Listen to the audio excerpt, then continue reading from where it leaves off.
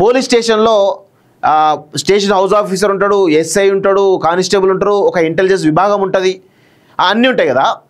So ఆ ఊర్లో ఎక్కడ ఏం జరిగినా పోలీస్ డిపార్ట్మెంట్ తెలుస్తుంది. అలాంటిది అక్కడ ఎవరు డ్రగ్స్ అమ్ముతున్నాడు, ఎవడు గంజాయి అమ్ముతున్నాడు తెలియదు ఆ పోలీసులకి. 100% పోలీస్ డిపార్ట్మెంట్కి తెలుసు. తెలియకుండా జరగదు. వాళ్ళకు నిఘా వ్యవస్థ కూడా ఉంటుంది కదా పోలీస్ డిపార్ట్మెంట్కి. సో ఆనాడు బీఆర్ఎస్ పార్టీ విధానాల వల్లనే గంజాయి అనేది, ఈరోజు డ్రగ్స్ అనేవి గ్రామాలలోకి పోయి అక్కడ ఉన్నటువంటి యువత తమ యొక్క శక్తిని కోల్పోయి ఈరోజు డ్రగ్స్కి అలవాటు పడ్డటువంటి సందర్భాలు చాలా చూస్తున్నాం. సో అది కారణమే కేసీఆర్. 100% నేను అదే చెప్పగలుగుతా. సో పల్లెలకు డ్రగ్స్ గతంలో పట్టణాలకే పరిమితం, నేడు ఊళ్ళకు వెళ్తున్నాయంటూ చూస్తూ ఉన్నాం కదా. మేము గతంలోనే చెప్పినాం, 2014 తర్వాత కేవలం హైదరాబాదు, వరంగల్, లేకపోతే ఎవరైతే పట్టణాలు ఉన్నాయో, ముఖ్యంగా పెద్ద పట్టణాలు ఉమ్మడి జిల్లాలు అవుతున్నాయో ఆ కేంద్రాలకే పరిమితమైనటువంటి డ్రగ్స్ 2014 తర్వాత ఊరూరా చిన్న చిన్న పల్లెలలో కూడా ఈరోజు డ్రగ్స్ పాకినాయి. అక్కడ ఉన్నటువంటి యువత అంతా కూడా డ్రగ్స్కి అలవాటు పడి చాలా ఇబ్బందికరమైనటువంటి పరిస్థితుల్లో తమ కుటుంబాలని కూడా ఇబ్బందుల్లోకి నెడుతున్నారు. తమ కుటుంబ సభ్యులను కూడా చంపుతా ఉన్నటువంటి సందర్భాలు కనబడతా ఉన్నాయి ఆ యొక్క మత్తులో. సో దీన్ని ఆనాడే కేసీఆర్ కనుక కంట్రోల్ చేసి ఉంటే ఈరోజు చాలా యువత ఒక సన్మార్గంలో నడిచేది. కానీ కేసీఆర్కు అసలు సోయి ఉండదు. ఎందుకంటే తెలంగాణ రాష్ట్రం వచ్చిన తర్వాత ఇక్కడ ఉన్నటువంటి విద్యా వ్యవస్థను బలపరచాల్సింది పోయి, ఇక్కడ ఉన్నటువంటి వైద్య వ్యవస్థను బలపరచాల్సింది పోయి, ఇక్కడ ఉన్నటువంటి యువతకు ఉద్యోగాలు ఇవ్వాల్సింది పోయి, ముఖ్యంగా ఉద్యమకారులకు గుర్తించాల్సి పోయి కేసీఆర్ చాలా తెలివిగా ఈ సమాజంలో ఒక వికృతమైనటువంటి మొత్తం డ్రగ్స్ పోవడానికి ప్రధానమైన కారణం బీఆర్ఎస్ పార్టీనే.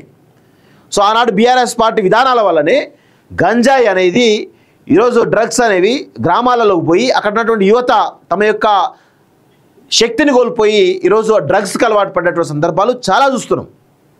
సో అది కారణమే కేసీఆర్. 100% నేను అదే చెప్పగలుగుతా. సో ఇప్పుడు మరి రేవంత్ రెడ్డి గారు దీనిపైన కొంత చర్యలు తీసుకుంటున్నా అని అంటున్నాడు. సో అది ఎంతవరకు నిజమో అబద్ధమో తెలియాలి. ఇక్కడ విషయం ఏంటంటే, ఇప్పుడు పోలీస్ డిపార్ట్మెంట్ ఉంటుంది. ఫర్ సపోజ్ ఒక పోలీస్ స్టేషన్ సంబంధించినటువంటి ఒక ఊర్లో ఒక పోలీస్ స్టేషన్ ఉంటుంది. పోలీస్ స్టేషన్లో స్టేషన్ హౌస్ ఆఫీసర్ ఉంటాడు, ఎస్ఐ ఉంటాడు, కానిస్టేబుల్ ఉంటారు, ఒక ఇంటెలిజెన్స్ విభాగం ఉంటుంది, అన్నీ ఉంటాయి కదా. సో ఆ ఊర్లో ఎక్కడ ఏం జరిగినా పోలీస్ డిపార్ట్మెంట్ తెలుస్తుంది. అలాంటిది అక్కడ ఎవడు డ్రగ్స్ అమ్ముతున్నాడు, ఎవడు గంజాయి అమ్ముతున్నాడు తెలియదు ఆ పోలీసులకి. 100% పోలీస్ డిపార్ట్మెంట్కి తెలుసు. తెలియకుండా జరగదు. వాళ్ళకు నిఘా వ్యవస్థ కూడా ఉంటుంది కదా పోలీస్ డిపార్ట్మెంట్కి. సో కఠినమైన చట్టాలు తీసుకురండి. సో ఇప్పుడు నేను రేవంత్ రెడ్డి గారు ఏమంటున్నాను, ఎవరైతే డ్రగ్స్ అమ్ముతూ పట్టుబడుతున్నారో కఠినమైనటువంటి చట్టాలు తీసుకురండి. బెయిల్ కూడా రాకుండా ఉండగల చట్టాలను తీసుకురండి. అట్లా చట్టాలను తీసుకొస్తేనే మీకు ఒక క్రెడిబిలిటీ ఉంటుంది. మీరు మాటలతోటి కాదు, ఫస్ట్ అసెంబ్లీలో ఒక సీరియస్ చట్టాన్ని దీనిపై తీసుకురండి.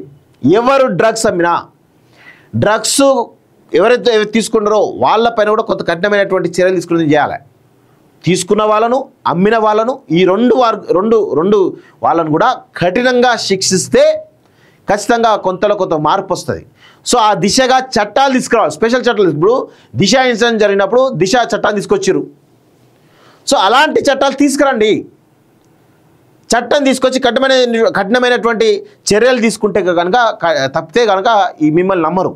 సో అది తీసుకొస్తేనే బాగుంటుందని నేనైతే అనుకుంటా ఉన్నాను. సో పిల్లల్ని కనిపెట్టుకొని ఉండండి. తప్పుదారి పట్టిన విద్యార్థులను సక్రమ మార్గంలో పెట్టే బాధ్యత మీదే. పిల్లలతో కలిసి మీరు భోజనం చేయండి. కార్పొరేట్ కంటే నాణ్యమైన విద్య అందిద్దాం. ఇందుకు ఏం చేయాలో చెప్పండి, చేస్తా. మనమంతా బలమైన తెలంగాణ నిర్మిద్దాం. గురు పూజోత్సవ కార్యక్రమంలో ప్రభుత్వ ఉపాధ్యాయులతో ముఖ్యమంత్రి రేవంత్ రెడ్డి తాము చేసిన పనులతో ప్రభుత్వ స్కూళ్ళల్లో 3 లక్షల మంది విద్యార్థులు పెరిగారని వ్యాఖ్య అంటూ చూస్తూ ఉన్నాం. సో నేనేమంటా ఉన్నాను, రేవంత్ రెడ్డి గారు విద్యా వ్యవస్థలో ఇంకా నాణ్యమైనటువంటి ప్రమాణాలు పెంచాల్సిన అవసరం అయితే ఉంటుంది. ఈరోజు చాలామంది ఎట్లా ఉన్నారంటే వివిధ రకాల కార్పొరేట్ విద్య వైపు కానీ ప్రైవేట్ విద్య వైపు కానీ చూస్తూ ఉన్నారు. సో అలా చూడకుండా ప్రభుత్వ విద్యా విధానాన్ని బలోపేతం చేస్తూ పోతే కార్పొరేట్ విద్యా వ్యవస్థకు, ప్రైవేట్ విద్యా వ్యవస్థకు చెక్ పడుతుంది. సో ఆ దిశగా ప్రణాళికలు సిద్ధం చేశారా అంటే, మీరు ఏదో బిల్డింగ్లు కడితేనో లేకపోతే గురుకులాలు మొత్తం అన్ని నిధులు కడితేనో విద్యా వ్యవస్థలో సమూల మార్పులు చేసినట్టు కాదు. దానికి మెరుగైనటువంటి సౌకర్యాలు, మెరుగైనటువంటి స్టాఫ్, దానికి ఒక ప్రణాళిక, దానికి ఒక కాలపరిమితి పెట్టుకొని పనిచేస్తే బాగుపడుతుంది. అలా చేయనంత వరకు అన్నీ కూడా మాటల వరకే పరిమితమైతుంది, గుర్తుపెట్టుకోవాలి రేవంత్ రెడ్డి గారు.